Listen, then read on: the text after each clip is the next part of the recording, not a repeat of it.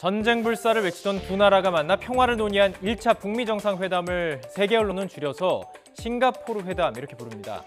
2월 말로 예정된 2차 북미 정상회담은 하노이 회담으로 불릴 것 같습니다. 트럼프 대통령이 지난 주말 트위터로 회담 장소를 하노이다 이렇게 밝혔기 때문인데요. 베트남 다낭이 될 것이라는 추측이 많았는데 하노이의 반전 선택은 어떤 배경이 있었던 걸까요?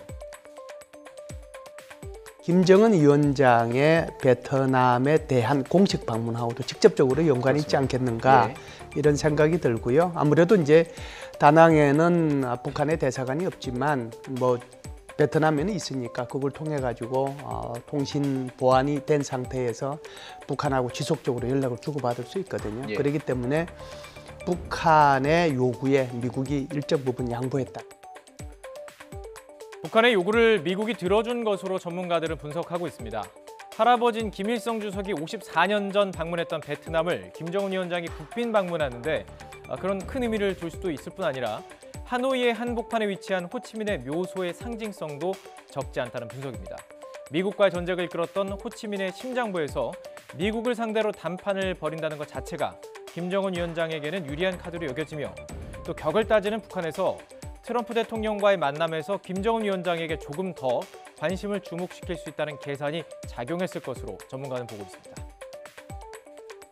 트럼프 대통령이 각광보다는 오히려 김정은 위원장이 더 스포트라이트를 받을 수 있기 때문에 찬란하게 국빈 방문을 하면서 전 세계에 이틀을 넘어서서 그 전날 가가지고 자기 외교적 행보를 과시하고 그리고 나서 승승장구해 가면서 트럼프 대통령을 만난다. 이런 모습을 연출해 보일 수 있기 때문에 상당히 득이양양하게 가지 않을까.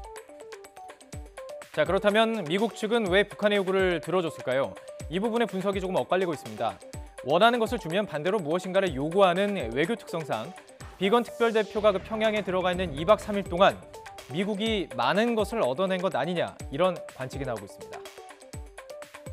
구체적인 어떤 행동 플랜이랄까요? 행동 원칙 이런 것들을 북한이 내놨다 이렇게 봐야 될 것 같습니다. 근데 장소는 이제 보통 얘기하듯이 북한이 요구하는 대로 원하는 대로 하노이로 됐다 그렇게 이제 평가를 할 수 있기 때문에 북한이 그러한 어떤 명분을 얻는 대신 미국은 좀 실질적인 이익, 실익을 좀 얻었지 않았을까? 하지만 이를 다르게 해석하는 전문가도 존재합니다. 회담 장소가 북핵 비핵화의 핵심적인 그 부분을 주고받는 카드로는 활용하기엔 조금 비중이 작다 이렇게 보는 시각이죠. 미국이 북한과 앞으로 예정된 회담을 우호적으로 풀어나가기 위한 하나의 방편으로 회담 장소를 양보했을 것이라는 분석입니다.